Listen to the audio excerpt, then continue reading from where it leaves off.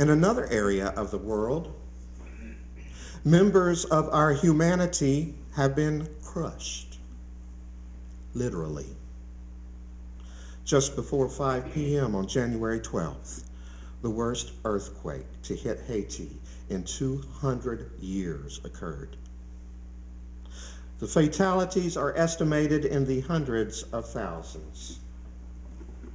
If you and I were to have walked through the streets on that day, we would have found the poor who define this nation squatting in the streets, some hurt and bloody, many more without food and water, close to piles of covered corpses and rubble, limbs protruding from disintegrated concrete, muffled cries coming from the deep inside the wrecks of buildings.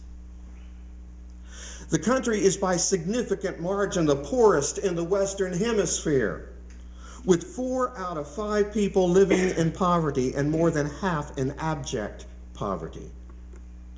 Deforestation and overfarming have left much of Haiti eroded and barren, undermining subsistence farming efforts, driving up food prices, and leaving the country even more vulnerable to natural disasters.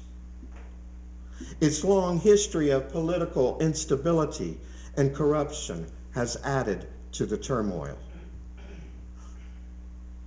And now this. Members of our body have been crushed beneath a natural disaster. And the question for you and me is, what will be our response? One response is a profound sense of gratitude that you and I are fortunate enough to live in America instead of Uganda and Haiti. And we should indeed be grateful. We should never take for granted the privileges and good fortune that we enjoy. We are blessed by God. Amen. Amen. But our response cannot end with a quick prayer of thanksgiving for our own life situation. We can't simply feel sorry for our brothers and sisters in other parts of the world. We cannot simply trust that God is going to make everything better for these people.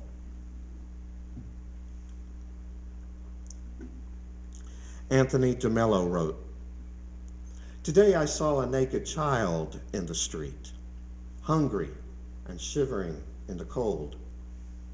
I angrily shouted at God, 'Why do you let this happen? Why don't you do something?' God remained quiet for a long time and then answered, 'I certainly did do something. I made you.' God is waiting for you and me to tend to the members of our body who have been crushed and are in danger of amputation. God has called you and me to tend to the people who are hurting and lonely. When a member of our own church body is in need, whether they are simply looking for someone to help them move a piece of furniture, or whether they are grieving the loss of a loved one, we are expected to respond. To refuse is sin. Ezekiel describes what the true sin of Sodom was. It wasn't homosexual behavior. It was pride, excess of food, prosperous ease, and refusal to aid the poor and needy.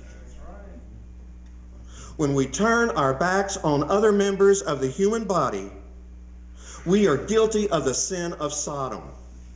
And in fact, we are sodomites. But when we look into the eyes of hurting people of the world, if we're willing to look into those eyes and even cry with them, if we're willing to feel just a bit of their pain and do what we can to change things in their lives, then we are truly the sons and daughters of God. We reach our highest level of humanity when we care for another member of humanity. When you pray for the people around the world who are broken and hurting, I urge you to ask God how you can make a difference.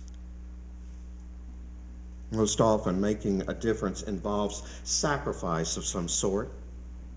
It may be a sacrifice of our time or our finances, or even giving up an occasional meal. Since the season of Lent is most often associated with sacrifice, I'm going to be inviting you next month to sacrifice the cost of one meal per week for the 6 weeks of Lent, and offering up that money to go toward our own denomination's MCC members in Haiti. I hope that each of you will prayerfully consider joining in these efforts. And now I want to close with the words of Saint Teresa of Avila, born in 1515. Christ has no body now but yours. No hands, no feet on earth but yours. Yours are the eyes through which he looks compassion on this world. Yours are the feet with which he walks to do good.